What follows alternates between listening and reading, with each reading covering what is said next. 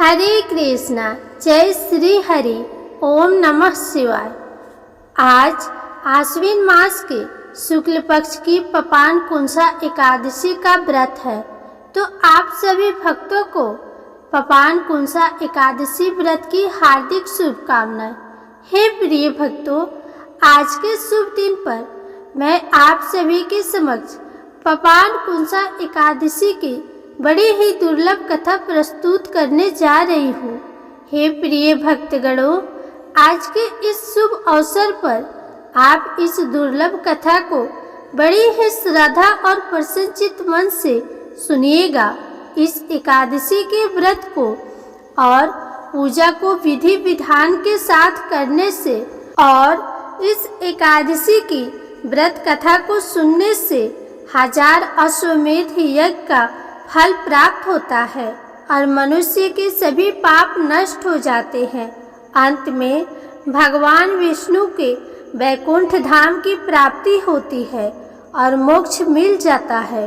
तो आइए शुभारंभ करते हैं आज की पहली कथा से। ओम श्री गणेशाय नमः। धर्मराज युधिष्ठिर ने आदर पूर्वक भगवान श्री कृष्ण को नमन करके कहा, हे जनार्दन, आश्विन शुक्ल एकादशी का क्या नाम है? आप कृपा करके इस व्रत की विधि और इस व्रत को करने से किस फल की प्राप्ति होती है, विस्तार पूर्वक कहिए। तब भगवान श्री कृष्ण ने कहा, हे युधिष्ठिर, समस्त पापों को नाश करने वाली इस एकादशी का नाम पपान कुंसा एकादशी है। इस दिन मनुष्य को विधि पूर्वक भगवान पद्म नाम की पूजा करनी चाहिए। यह एकादशी मनुष्य को मनवांछित फल देकर स्वर्ग की प्राप्ति कराने वाली है। मनुष्य को बहुत दिनों तक कठोर तपस्या करने से जो फल मिलता है वह भगवान हरि विष्णु को नमस्कार करने से प्राप्त हो जाता है। जो मनुष्य अज्ञानवश अनेक पाप करते हैं परंतु नित्य श्री हरि को नमस्कार करते हैं, वे कभी भी नरक में नहीं जाते हैं। भगवान श्री विष्णु के कीर्तन मात्र से संसार के सब तीर्थों के पुण्य का फल मिल जाता है। जो मनुष्य समस्त वत्सल भगवान श्री विष्णु की शरण में जाते हैं उनको कभी भी यम यातना नहीं भोगनी पड़ती है। जो मनुष्य वैष्णव होकर भगवान शिव की और शैव होकर भगवान श्री विष्णु की निंदा करते हैं वे अवश्य ही नरकवासी होते हैं। सहस्त्रों वाजपेयी और अश्वमेध यज्ञों से जो फल प्राप्त होता है वह एकादशी के 16वें भाग के बराबर भी नहीं होता। संसार में एकादशी व्रत के बराबर कोई पुण्य नहीं है, परंतु इस पपान कुंसा एकादशी के समान पवित्र तो तीनों ही लोकों में कुछ भी नहीं है। जब तक मनुष्य पद्म नाम एकादशी का व्रत नहीं करते तब तक ही उनकी देह में पाप वास कर सकते हैं। यह एकादशी स्वर्ग, मोक्ष, आरोग्यता, सुंदर स्त्री तथा धन और अन्न देने वाली है। पपान कुंसा एकादशी व्रत के बराबर गंगा, गाया, काशी, कुरुक्षेत्र और पुष्कर भी पुण्यवान नहीं है। इस एकादशी का व्रत और जागरण करने से मनुष्य विष्णु पद को प्राप्त होता है। हे राजेंद्र, इस व्रत को करने वाले 10 पीढ़ी मातृ पक्ष की, 10 पीढ़ी पितृ पक्ष की और 10 पीढ़ी मित्र पक्ष का उद्धार कर देते हैं। वे स्वयं भी दिव्य देह धारण करके चतुर्भुज रूप होकर पीतांबर पहनकर और हाथ में माला लेकर गरुड़ पर चढ़कर भगवान श्री विष्णु के लोक को जाते हैं। हे राजन, इस व्रत को करने से पापी मनुष्य भी दुर्गति को प्राप्त न होकर सद्गति को प्राप्त होता है। आश्विन मास के शुक्ल पक्ष की इस पपान कुंसा एकादशी का जो मनुष्य व्रत करते हैं वे अंत समय में हरे लोक को प्राप्त होते हैं तथा समस्त पापों से मुक्त हो जाते हैं। सोना, तिल, भूमि, गौ, अन्न, जल, छतरी तथा जूता दान करने से मनुष्य यमराज को नहीं देखता है। जो मनुष्य पुण्य कर्म और एकादशियों के व्रत को किए बिना ही जीवन के दिन व्यतीत करते हैं, वह लोहार की भट्टी की तरह श्वास लेता हुआ भी निर्जीव के समान ही है। निर्धन मनुष्य को भी अपनी शक्ति के अनुसार दान अवश्य करना चाहिए तथा धन वालों को सरोवर, बाग, धर्मशाला, गौ, मकान आदि बनवाकर दान करने चाहिए। ऐसे मनुष्य को यम का द्वार नहीं देखना पड़ता तथा संसार में दीर्घ आयु, धन धान्य, कुलीन और रोग रहित रहते हैं। सारांश यह है कि धर्म से सद्गति तथा अधर्म से दुर्गति प्राप्त होती है, इसमें कोई भी संदेह नहीं है। इसके बाद भगवान श्री कृष्ण ने युधिष्ठिर को पपान कुंसा एकादशी की व्रत कथा सुनाई, जो इस प्रकार है। विंध्य पर्वत पर क्रोधन नाम का एक बहेलिया रहता था। वह बेहद ही हिंसक, कठोर, अधर्मी, पापी व्यक्ति था। समय बीतने के साथ ही उसके जीवन का अंतिम क्षण आने वाला था। उसकी मृत्यु से एक दिन पहले यमदूतों ने उसे संदेश दिया कि कल तुम्हारे जीवन का अंतिम दिन है, कल हम तुम्हारे प्राण लेने आएंगे। इस बात को जानकर बहेलिया बहुत ही दुखी और भयभीत हो गया। वह परेशान होकर अंगिरा ऋषि के आश्रम में पहुंच गया। वह अंगिरा ऋषि को दंडवत प्रणाम किया और अपने साथ हुई पूरी घटना उन्हें बताई। उसने कहा कि उसने पूरे जीवन पाप कर्म किए हैं, इनसे वह मुक्त होना चाहता था। इसीलिए आपसे अनुरोध है कि आप ऐसा कोई उपाय बताएं जिसे करने से उसे मोक्ष मिल जाए और वह पापों से मुक्त हो जाए। तब अंगिरा ऋषि ने उसे पपान कुंसा एकादशी व्रत को विधि पूर्वक करने को कहा। तब उस बहेलिये ने पपान कुंसा एकादशी व्रत को विधि विधान से किया, जैसा ऋषि ने उनसे बताया था। इस व्रत के पुण्य प्रभाव से उसके जीवन भर के सभी पाप नष्ट हो गए। जीवन के अंतिम क्षणों में उसे श्री हरि की कृपा से मोक्ष की भी प्राप्ति हो गई। भगवान श्री कृष्ण ने युधिष्ठिर से कहा कि जो भी व्यक्ति पपान कुंसा एकादशी का व्रत करता है, उसे सुयोग्य जीवन साथी मिलता है। धन और धान्य की कोई कमी नहीं रहती। वह स्वयं का उद्धार तो करता ही है, उसकी कई पीढ़ियां भी तर जाती है।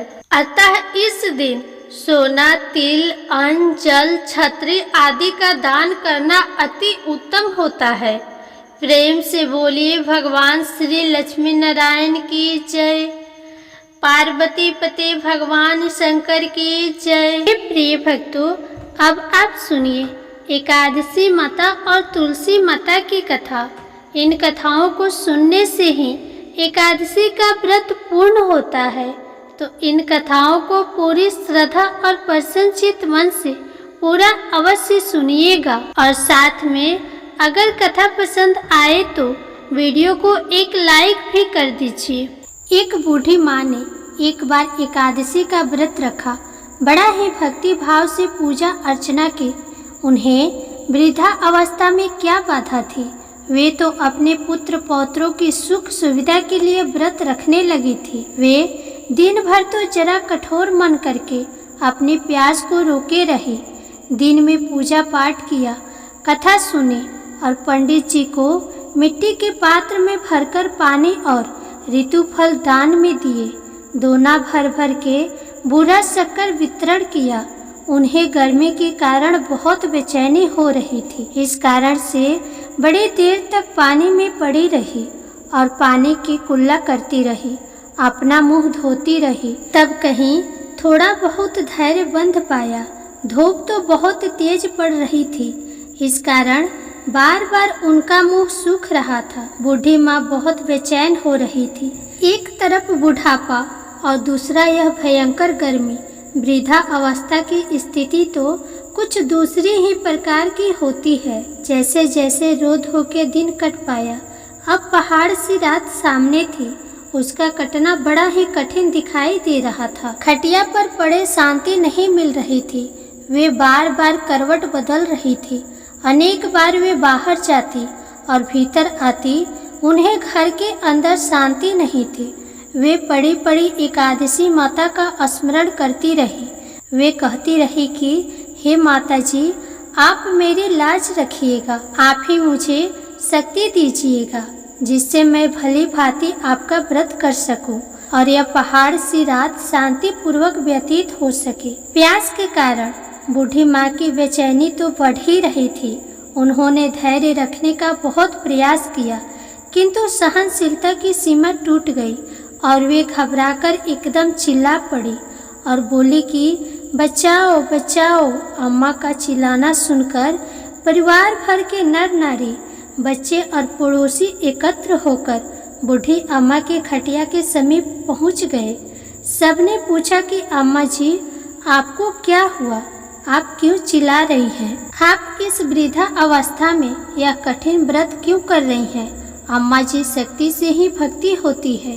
थोड़ी ही देर में वे फिर से बोली, अरे हमारे तो प्राण ही निकले जा रहे हैं। मेरी छाती पर ठंडे पानी का घड़ा रख दीजिए। नातियों ने दादी की छाती पर ठंडे पानी का पात्र रख दिया। तब कहीं उन्हें थोड़ा बहुत आराम मिला और थोड़ी देर के लिए उन्होंने अपनी आंखें बंद कर ली। एकादशी माता ने सोचा कि यह बूढ़ी अम्मा है तो बहुत कठोर, जरा जाकर उसकी परीक्षा लेनी चाहिए। वे आधी रात को मुर्गा बनकर टेर लगाने लगे। मुर्गा की आवाज़ सुनकर बूढ़ी अम्मा जल्दी से उठी और बाहर जाकर आसमान की ओर देखा, किंतु आसमान में कहीं उन्हें प्रातःकालीन तारा दिखाई नहीं दिया। तो वे सोचने लगी कि यह मुर्गा क्यों और कैसे भूल गया। उन्हें प्यास तो लग ही रही थी।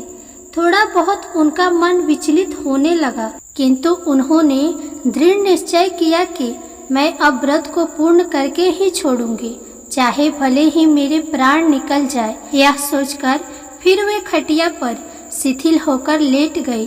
थोड़ी ही देर में एकादशी माता ने उनकी फिर से परीक्षा लेनी चाहिए।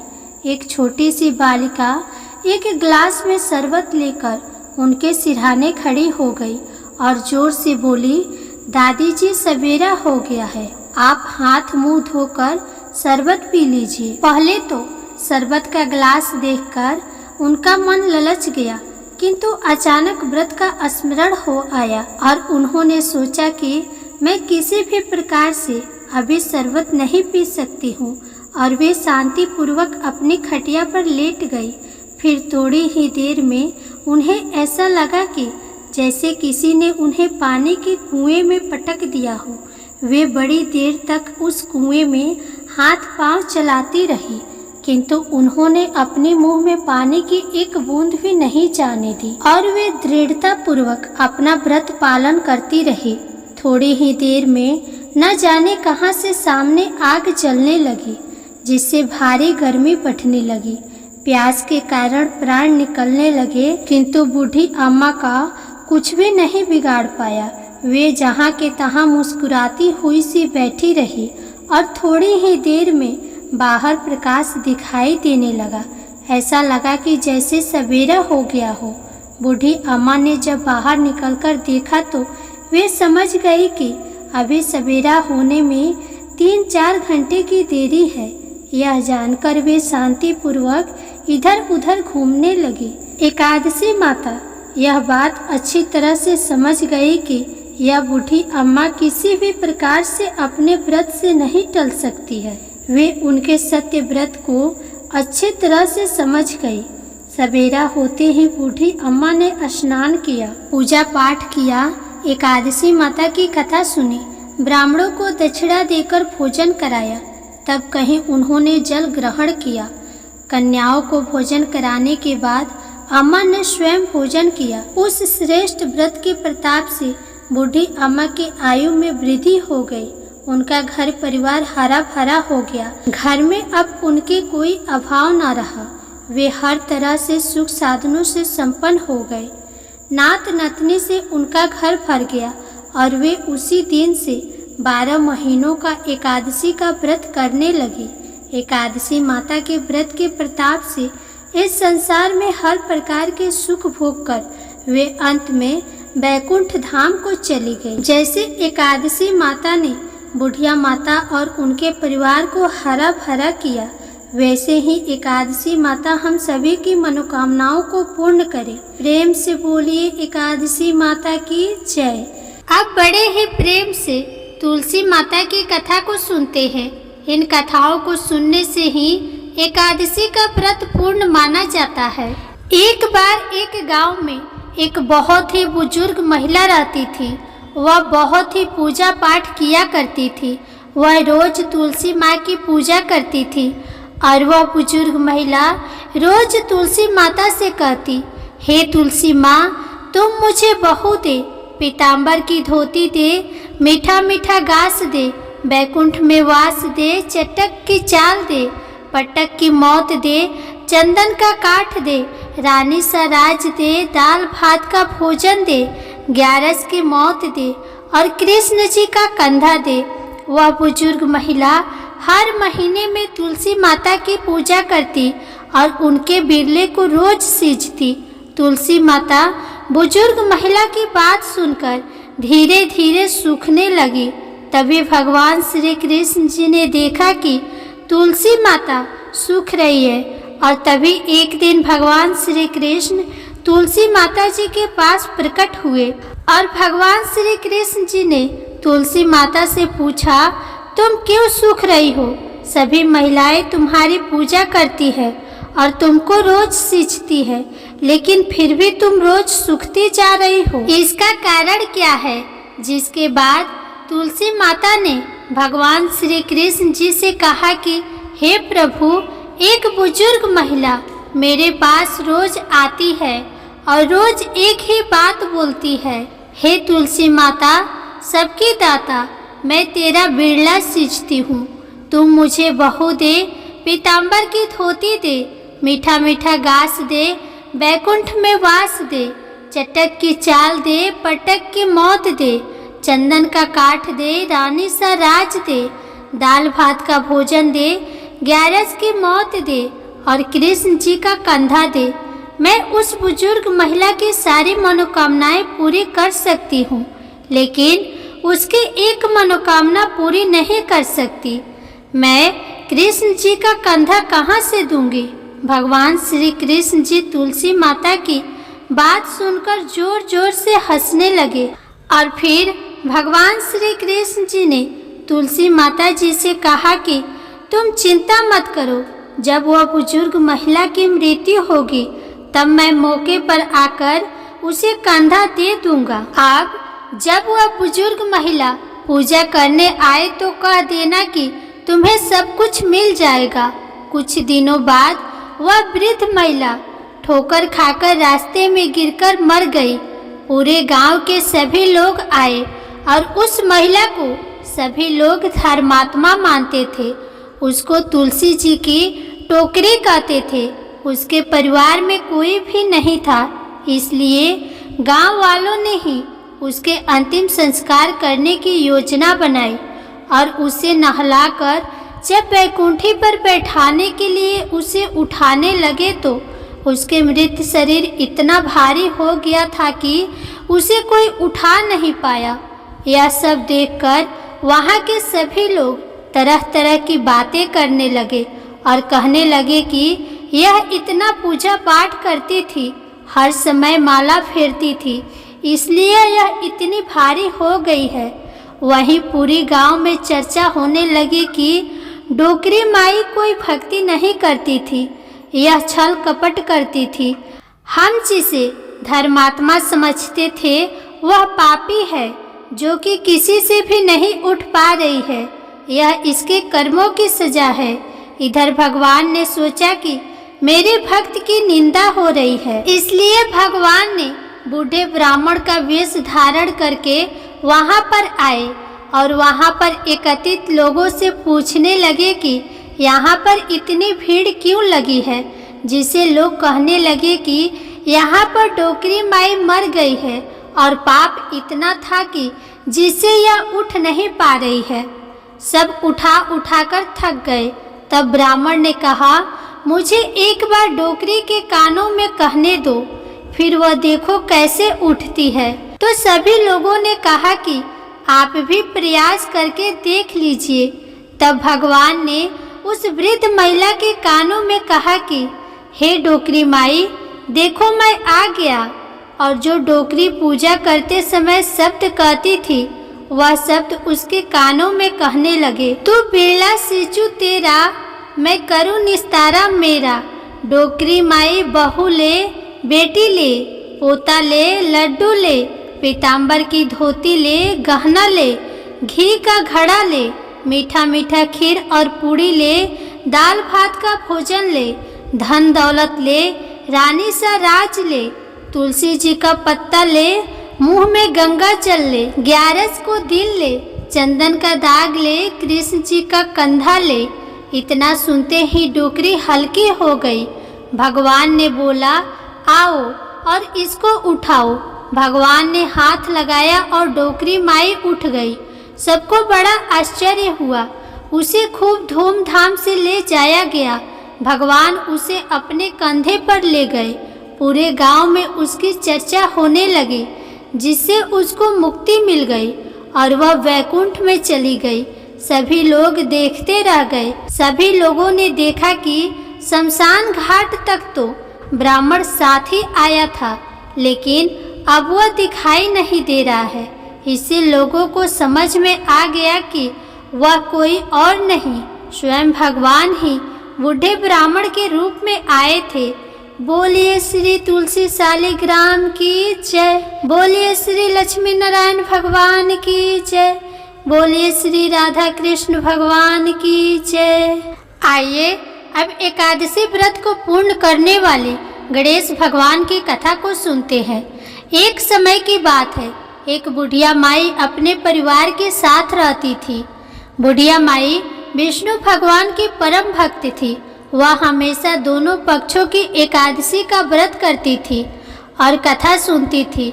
उन्होंने कभी भी व्रत में गणेश भगवान की कथा न कही न सुनी, जिस कारण उनका व्रत अधूरा रह गया। परंतु बुढ़िया माई इस बात से अनजान थी। उनको लगता था कि वह तो पूरा व्रत कर रही है और उनके व्रत के पुण्य से उनको वैकुंठ लोक की प्राप्ति अवश्य होगी। देखते ही देखते बुढ़िया माई की मृत्यु हो गई। उन्हें लेने यमलोक के दूत आए। वह देखकर घबरा गई और बोली, मैंने जीवन भर विष्णु भगवान की भक्ति श्रद्धा भाव से किया, एकादशी का व्रत किया, मुझे तो लेने वैकुंठ लोक का विमान आएगा, मैं आपके साथ नहीं चलूंगी। इतना कहकर बुढ़िया माई रोने लगी और विष्णु भगवान को पुकारने लगी। विष्णु भगवान गरुड़ पर सवार होकर बुढ़िया माई के पास आए और बोले, बुढ़िया माई, तूने तो पूरी श्रद्धा से व्रत किया, परंतु तुमने व्रत में कभी भी गणेश भगवान की कथा न कही न सुनी, जिस कारण तेरा व्रत अधूरा रह गया। बुढ़िया माई विष्णु भगवान से जीवन दान मांगने लगी ताकि वह एकादशी का व्रत करके उसका पूरा पुण्य प्राप्त कर सके। इस प्रकार बुढ़िया माई को विष्णु भगवान ने 2 साल के लिए फिर से जीवित कर दिया। अब बुढ़िया माई जीवित होते ही गणेश भगवान का नित्य नियम निभाना चालू कर दिया। अब जब भी एकादशी का व्रत करती तो सबसे पहले एकादशी व्रत की कथा सुनती, फिर अंत में गणेश भगवान की कथा सुनने लगी। गणेश भगवान की कृपा से एकादशी का पूरा पुण्य बुढ़िया माई को प्राप्त हुआ। बुढ़िया माई की तपस्या से गणेश भगवान प्रसन्न हुए और बुढ़िया माई के सामने प्रकट होकर बोले, बुढ़िया माई, तुमने मेरे नित्य नियम के साथ ही व्रत में श्रद्धा पूर्वक कथा सुनी है, इसलिए मैं तुम पर अत्यंत प्रसन्न हूँ। मैं तुम्हें आशीर्वाद देता हूँ कि जब तक यह पृथ्वी रहेगी तब तक तुम्हारी इस तपस्या का गुणगान लोग करते रहेंगे। साथ ही एकादशी व्रत में तुम्हारी इस भक्ति की कथा को जो भी मनुष्य प्रेम पूर्वक सुनेगा उसको व्रत का संपूर्ण फल प्राप्त होगा। गणेश भगवान बुढ़िया माई पर प्रसन्न होकर बुढ़िया माई का घर अन्न धन से भर दिया। साथ ही रिद्धि सिद्धि का आवाज करके अंतर ध्यान हो गए। 2 साल बीतने पर बुढ़िया माई की मृत्यु हुई। इस बार उन्हें लेने वैकुंठ लोक का विमान आया। बुढ़िया माई को पूरे मान सम्मान के साथ वैकुंठ लोक ले जाया गया। इस गणेश भगवान की कृपा से बुढ़िया माई का घर अन्न धन से भर गया और मरने के बाद वैकुंठ धाम का वास मिला। हे गणेश जी महाराज, जैसे आपने बुढ़िया माई पर प्रसन्न हुए, बुढ़िया माई के व्रत को पूर्ण किया, उसके घर को अन्न धन से भर दिया, वैसे ही एकादशी व्रत करने वालों को भी पूरा फल देकर उनका घर अन्न धन से भर देना। प्रेम से बोलिए गणेश भगवान की जय। अब सुनिए लपसी और तपसी की कहानी। एक लपसी था, एक तपसी था। तपसी हमेशा भगवान की तपस्या करता था, लेकिन उसे चोरी करने की आदत थी। लपसी हमेशा सवा सेर की लपसी बनाता और सबसे पहले भगवान को भोग लगाता, उसके बाद में स्वयं भोजन करता। दोनों भाइयों का यही नियम था। एक दिन किसी बात को लेकर दोनों भाइयों में कहा सुनी हो गई। तपसी कहने लगा कि मैं रोजाना भगवान की तपस्या करता हूँ, इसीलिए मैं बड़ा हूँ। तो लपसी बोला कि मैं रोज भगवान को सवा सेर का लपसी का भोग लगाता हूँ, इसीलिए मैं बड़ा हूँ। ऐसा कहते हुए दोनों जोर जोर से लड़ने लगे। तभी वहाँ से नारद जी गुजर रहे थे। दोनों को लड़ता हुआ देखकर वहाँ आए और उनसे पूछा कि तुम दोनों लड़ क्यों रहे हो। तो दोनों ने अपने आप को बड़ा बताया और साथ में बड़ा होने का कारण भी बताया। तो नारद जी बोले कि इसका फैसला मैं कर दूंगा, कल आकर बता दूंगा कि कौन बड़ा है। दूसरे दिन लपसी और तपसी नहाकर अपने रोज की भक्ति करने आए। तो नारद जी ने छुपकर 1.25 करोड़ की एक एक अंगूठी उन दोनों के आगे रख दी। जैसे ही भक्ति करते हुए तपसी की नज़र उस अंगूठी पर पड़ी तो उसने चुपचाप से उठाई और अपने पैर के नीचे दबा दी। लपसी की नज़र अंगूठी पर पड़ी, लेकिन उसने ध्यान नहीं दिया। उसने पहले भगवान को भोग लगाया और फिर स्वयं भोजन करने के लिए बैठ गया। थोड़ी ही देर बाद नारद जी सामने आए तो दोनों ने पूछा कि अब बताओ हम दोनों में से कौन बड़ा है। तो नारद जी ने तपसी से कहा, तपस्या तो तुम करते हो, इतनी तपस्या करने के बाद भी तुम्हारी चोरी करने की आदत नहीं गई। यह अंगूठी मैंने ही तुम दोनों के आगे रखी थी। मैं ये देखना चाहता था कि तुम दोनों में से किनके मन में लालच है। तो तूने तो अंगूठी दिखाई पड़ते ही झट से अपने पैर के नीचे दबा ली, लेकिन लपसी का ध्यान अंगूठी पर जाने के बाद भी लपसी ने अंगूठी को नहीं उठाया और ना ही ध्यान दिया। उसने सिर्फ अपने भगवान में ही ध्यान रखा, उन्हें भोग लगाया और बाद में भोजन करने लगा। इसीलिए लपसी बड़ा है और तुम्हें तुम्हारी तपस्या का कोई भी फल नहीं मिलने वाला। जितनी चाहे मर्जी तुम तपस्या कर लो, तुम्हें इसका कोई भी फल नहीं मिलेगा। तो तपसी को यह सुनकर बहुत ही दुख हुआ और वह शर्मिंदा होकर नारद जी से माफ़ी मांगने लगा कि आज तक मेरी गलती माफ़ करो और मुझे बताओ कि मेरी तपस्या का फल कैसे मिलेगा। आज के बाद कभी भी मैं चोरी नहीं करूँगा। तो नारद जी ने कहा कि यदि कोई गाय या कुत्ते के लिए रोटी नहीं बनाएगा तो उसका फल तुझे मिलेगा। यदि कोई व्यक्ति ब्राह्मण को भोजन करवाकर उसे दक्षिणा नहीं देगा तो उसका फल भी तुझे ही मिलेगा। अगर किसी को सूट साड़ी देगा और उसके साथ भेंट स्वरूप कुछ रुपये नहीं देगा तो उसका फल भी तुझे ही मिलेगा। अगर कोई व्यक्ति दिए से दिया जलाएगा तो उसका फल भी तुझे ही मिलेगा। अगर कोई औरत आंगन लिपकर चौका नहीं लिपेगी तो उसका फल भी तुझे ही मिलेगा। यदि कोई व्रत कथा में सारी कहानी सुन ले लेकिन तुम्हारी कहानी ना सुने तो उसका फल भी तुझे ही मिलेगा। उसी दिन से हर व्रत कथा और कहानी के साथ लपसी तपसी की कहानी कही और सुनी जाती है। प्रेम से बोलिए भगवान श्री लक्ष्मी नारायण की जय, तुलसी माता की जय, एकादशी माता की जय, भगवान गणेश की जय। अब आप सुनिए एकादशी माता की आरती। ओम जय एकादशी जय एकादशी जय एकादशी माता, विष्णु पूजा व्रत को धारण कर शक्ति मुक्ति पाता।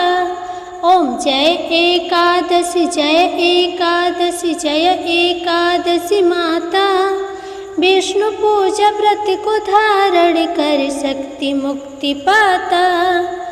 तेरे नाम गिनाऊं देवी भक्ति प्रदान करनी, गढ़ गौरव की देनी माता शास्त्रों में वर्णी। ओम जय एकादशी माता, विष्णु पूजा व्रत को धारण कर शक्ति मुक्ति पाता। मार्गशीर्ष के कृष्ण पक्ष की उत्पन्ना विश्व तारिणी जन्मी, शुक्ल पक्ष में हुई मोक्षदा मुक्तिदाता बन आई।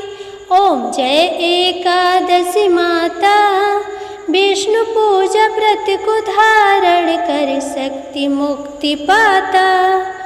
पौष के कृष्ण पक्ष की सफला नामक है, शुक्ल पक्ष में होए पुत्रदा आनंद अधिक रहे। ओम जय एकादशी माता, विष्णु पूजा व्रत को धारण कर शक्ति मुक्ति पाता। नाम सटतीला माघ मास में कृष्ण पक्ष आवे, शुक्ल पक्ष में जया कहावे विजय सदा पावे। ओम जय एकादशी माता, विष्णु पूजा व्रत को धारण कर शक्ति मुक्ति पाता। चैत्र शुक्ल में नाम कामदा धन देने वाली, नाम वरुथनी कृष्ण पक्ष में वैशाख माह वाली। ओम जय एकादशी माता, विष्णु पूजा व्रत को धारण कर शक्ति मुक्ति पाता। शुक्ल पक्ष में होए मोहिनी अपरा ज्येष्ठ कृष्ण पक्षी, नाम निर्जला सब सुख करनी शुक्ल पक्ष रखी। ओम जय एकादशी माता, विष्णु पूजा व्रत को धारण कर शक्ति मुक्ति पाता। जोगिनी नाम आषाढ़ में जानो कृष्ण पक्ष करनी, देव शैनी नाम कहायो शुक्ल पक्ष धरनी। ओम जय एकादशी माता, विष्णु पूजा व्रत को धारण कर शक्ति मुक्ति पाता। कामिका श्रावण मास में आवे कृष्ण पक्ष कहिए, श्रावण शुक्ल होए पवित्र आनंद से रहिए। ओम जय एकादशी माता, विष्णु पूजा व्रत को धारण कर शक्ति मुक्ति पाता। अजा भाद्रपद कृष्ण पक्ष की परवर्तिनी शुक्ला, इंद्र आश्विन कृष्ण पक्ष में व्रत से भव सागर निकला। ओम जय एकादशी एकादशी माता, विष्णु पूजा व्रत को धारण कर शक्ति मुक्ति पाता। पाप कौन सा है शुक्ल पक्ष में आप हरनहारी, रमा मास कार्तिक में आवे सुखदायक भारी। ओम जय एकादशी माता, विष्णु पूजा व्रत को धारण कर शक्ति मुक्ति पाता। दिव्य उठाने शुक्ल पक्ष की दुख नाशक मैया, पावन मास में करो विनती पार करो नैया। ओम जय एकादशी माता, विष्णु पूजा व्रत को धारण कर शक्ति मुक्ति पाता। परमा कृष्ण पक्ष में होती जन मंगल करनी, शुक्ल मास में होए पद्मिनी दुख दारिद्र हरनी। ओम जय एकादशी माता, विष्णु पूजा व्रत को धारण कर शक्ति मुक्ति पाता। जो कोई आरती एकादशी की भक्ति सहित गावे, जन गुरु दीता स्वर्ग का वासा निश्चय वह पावे। ओम जय एकादशी जय एकादशी माता, विष्णु पूजा व्रत को धारण कर शक्ति मुक्ति पाता। जय एकादशी माता, क्यारस माता की जय।